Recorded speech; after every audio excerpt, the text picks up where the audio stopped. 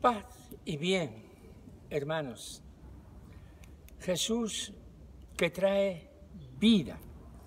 Homilía para el domingo 13 del tiempo ordinario en el ciclo B, leyendo el Evangelio según San Marcos en el capítulo 5, versículos 21 al 43.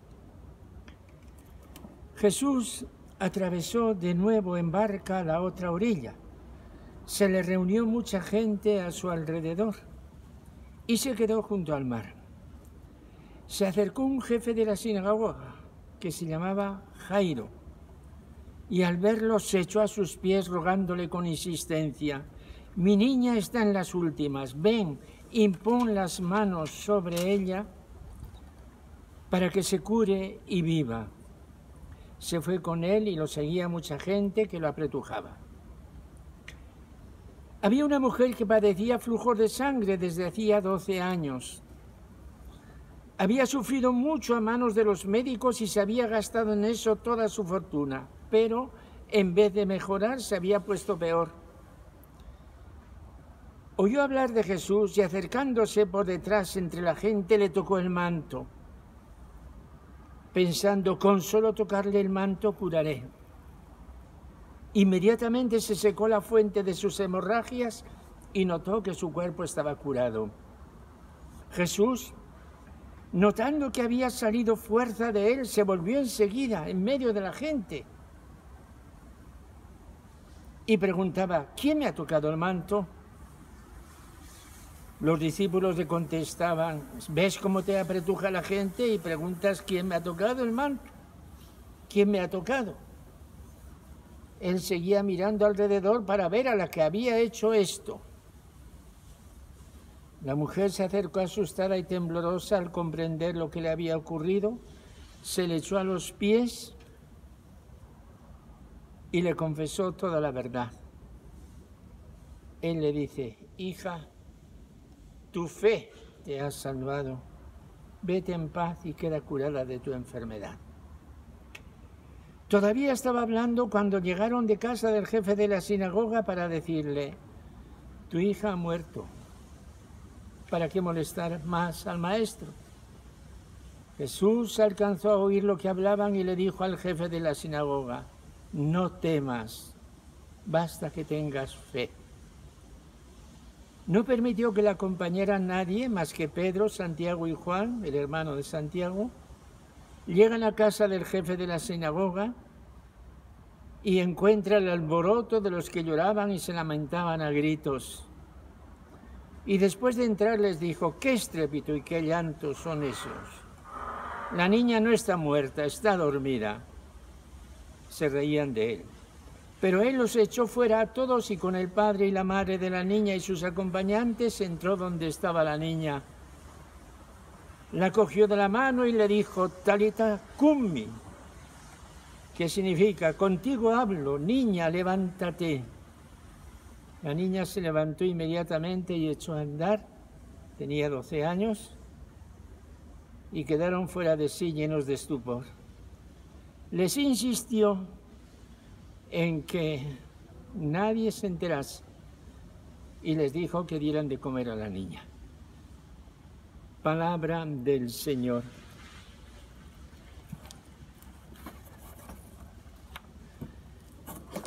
Hermanos,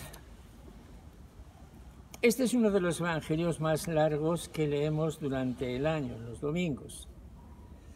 Como veis, recoge 2 episodios de la vida de Jesús, 2 portentos de primera categoría, que están unidos entre sí y están descritos con todo detalle.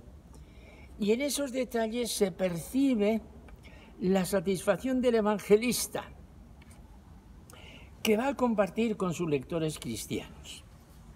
Al final, una nota que nos sorprende. Les insistió en que nadie se enterase. Y uno piensa: pero Señor, ¿cómo no se va a enterar nadie si esto es maravilloso? Hermanos, esto es maravilloso para el que cree. Para el que no cree, esto es un cuento que afianza su indiferencia y que incluso puede producir risa.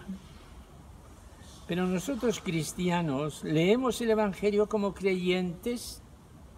Desde la primera línea aceptamos el Evangelio transmitido y escrito y acogemos lo que dice San Marcos al principio. Comienzo del Evangelio de Jesús, el Cristo, Hijo de Dios. Todo lo que hace Jesús lo hace como lo que es, Hijo del hombre e Hijo de Dios. Esto es la clave esencial de todo el Evangelio. En ambas escenas tenemos la revelación de la divinidad de Jesús, que se muestra como vida. Como tiene la vida, puede dar la vida y ponerla donde no hay, en la enfermedad y en la muerte. El libro de la sabiduría, que había sido escrito pocos decenios antes del comienzo de la era cristiana, ha reflexionado sobre ese Dios de amor, de vida y de sabiduría. Y es muy bello el párrafo que nos trae hoy la primera lectura. Dios no ha hecho la muerte, ni se complace destruyendo a los vivos. Él todo creó para que subsistiera. Y las criaturas del mundo son saludables. No hay en ellas veneno de muerte, ni el abismo reina en la tierra. Hermanos, estoy diciendo estas frases en medio de esta hermosa flor, sobre todo en medio de la pandemia. En la primera escena tenemos a la mujer que padece flujos de sangre, enfermedad propia de su sexo. Hablando religiosamente, ella no puede participar en el templo porque ritualmente es impura, pero ella puede tocar al santo de los santos, que es más que el templo. Y dice el texto sagrado lo que pensó la mujer: con solo tocarle el manto curaré. Y así fue. Tocó el manto y fue sanada. Y en aquel instante Jesús sintió una explosión de vida dentro de su ser. Su divinidad se expansionaba y divinizaba. Hija, tu fe te ha salvado. Vete en paz y queda curada de tu enfermedad. Esto es absolutamente divino. Y esto anuncia y profetiza lo que me puede pasar a mí si me acerco a Jesús con la fe de aquella humilde mujer. En la segunda escena ya no se trata de enfermedad, se trata de la muerte. Los seres humanos en la tierra podemos actuar sobre los vivos, pero la muerte traza una barrera infranqueable. Cuando llega noticia de que la niña ha muerto, los amigos dicen al padre de la pequeña: tu hija se ha muerto. ¿Para qué molestar más al maestro? Este aviso es completamente razonable. Ya no hay nada que hacer. Pero he aquí que entra Jesús con una palabra poderosa y reveladora, como si fuera Dios en la creación. No temas, basta que tengas fe. He aquí la palabra de Jesús que debemos grabar a fuego en nuestro corazón. No temas, basta que tengas fe. Se reirán de nosotros, como se rieron de Jesús cuando dijo desde su poder divino: la niña no está muerta, está dormida. Y Él tiene poder y amor para tomar a la niña difunta de la mano y decirle unas palabras que han quedado escritas para eterna memoria en la lengua aramea, que era la lengua que Jesús hablaba. Talitá cumi, niña, levántate. La niña se levantó y Jesús ordenó, con un gesto entrañablemente humano, que le dieran de comer. Estaba viva. Hermanos, estamos proclamando a Jesús como vida, como Señor de la vida.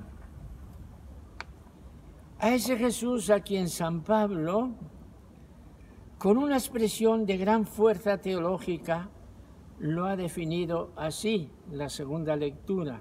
Conocéis la gracia de nuestro Señor Jesucristo, el cual, siendo rico, se hizo pobre por nosotros para enriquecernos con su pobreza. Y estamos diciendo estas cosas cuando la televisión esta semana nos ha hablado del consenso del Parlamento Europeo, que lo componen tantos países, sobre este punto. El aborto es un derecho de la mujer, dueña de su actividad sexual. Y por ahí va caminando la sensibilidad política actual.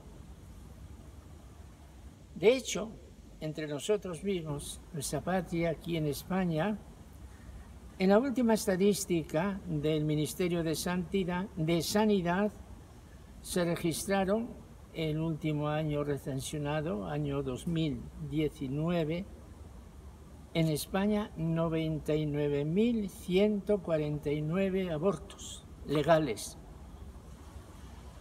3.232 más que el año anterior.